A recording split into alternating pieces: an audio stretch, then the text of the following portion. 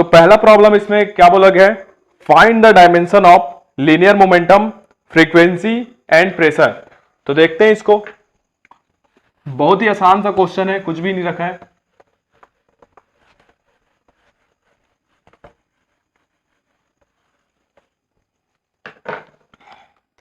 हमें डायमेंशन बताना है क्वेश्चन नंबर 1 में, पहला लीनियर मोमेंटम का,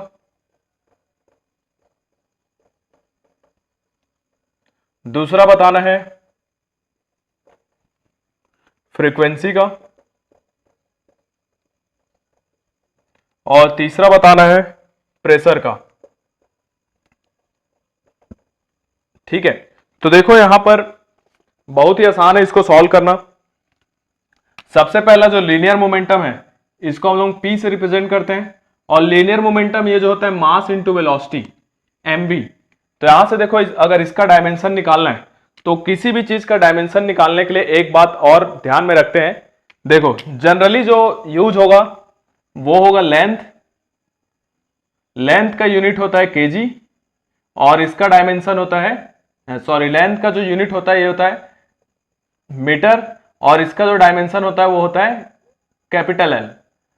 ठीक है, वैसे ही अगर आप मास का देखें तो मास का जो यूनिट होता है ये होता है केजी, और इसका डायमेंशन होता है कैपिटल एम। ऐसे ही अगर आप टाइम का देखें तो टाइम का जो यूनिट होता है वो होता है सेकंड, और इसका डायमेंशन होता है कैपिटल टी। ऐसे ही होता है करंट, करंट का जो डायमेंशन जो यूनिट होता है वो होता है एम्पियर, और इसका जो डायमेंशन होता है वो होता है आई, या फिर ए भी लिख सकते हो। ठीक है, वैसे ही टेम्परेचर का देखते हैं तो टेम्परेचर का जो डायमेंशन होगा और इसका जो यूनिट होता है यूनिट होता है केल्विन, और डायमेंशन होता है थीटा। तो जनरली आपको जो जरूरत पड़ेगा यही 5 है जो जनरली आपको जरूरत पड़ेगा। ठीक है, याद रखना लेंथ के लिए हम लोग कैपिटल एल डायमेंशन लिखते हैं, मास के लिए कैपिटल एम, टाइम के लिए कैपिटल टी, करंट के लिए आई या ए, टेम्परेचर के लिए थीटा। यही मोस्ट ऑफ द क्वेश्चन में यहीं से रहेगा। ठीक है, अब देखते हैं आपको किसी भी फॉर्मूले का डायमेंशन कैसे लिखना होता है। डायमेंशन लिखने के लिए या तो उसका फॉर्मूला आपको पता होना चाहिए या फिर उसका यूनिट पता होना चाहिए। अगर आपको उसका यूनिट पता है तो आप यूनिट से निकाल सकते हैं, अगर आपको उसका फॉर्मूला पता है तो आप उसका फॉर्मूला से निकाल सकते हैं। तो देखो यहां पर ये क्या है, मास इंटू वेलोसिटी। अब मास का जो डायमेंशन है वो क्या होता है कैपिटल एम, और वेलोसिटी, वेलोसिटी का यूनिट क्या होता है मीटर पर सेकेंड। मीटर किसका होता है लेंथ का, तो उसके लिए एल आ जाएगा। और सेकेंड, सेकेंड का क्या होता है कैपिटल टी, तो एल बाई कैपिटल टी, या फिर इसी को लिख सकते हो L T to the power -1। तो ये डायमेंशन हो जाएगा मोमेंटम का, लीनियर मोमेंटम का।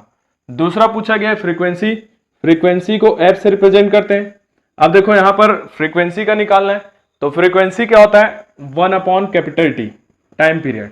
ठीक है, अब देखो यहां से टाइम का जो डायमेंशन होता है वो कैपिटल टी ही होता है, तो फ्रीक्वेंसी का dimension T to the power -1 आ जाएगा। क्लियर है।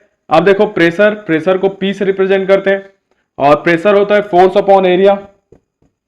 फोर्स का डायमेंशन होता है M L T to the power -2, और एरिया का डायमेंशन होता है एल स्क्वायर। तो यहां से इसको सॉल्व करोगे तो एम एल की पावर -1 टी की पावर -2, ये आ जाएगा प्रेशर का। तो देखो बहुत ही आसान है डायमेंशन निकालना। डायमेंशन निकालने के लिए जो 5 चीजें मैंने बताया था वो याद कर लो, पहला बात तो। दूसरा बात तो जो फॉर्मूला है वो आपको पता होना चाहिए या फिर उसका यूनिट पता होना चाहिए, वहां से आप उसका डायमेंशन बता सकते हो। आई होप आपको क्वेश्चन नंबर 1 समझ में आया होगा।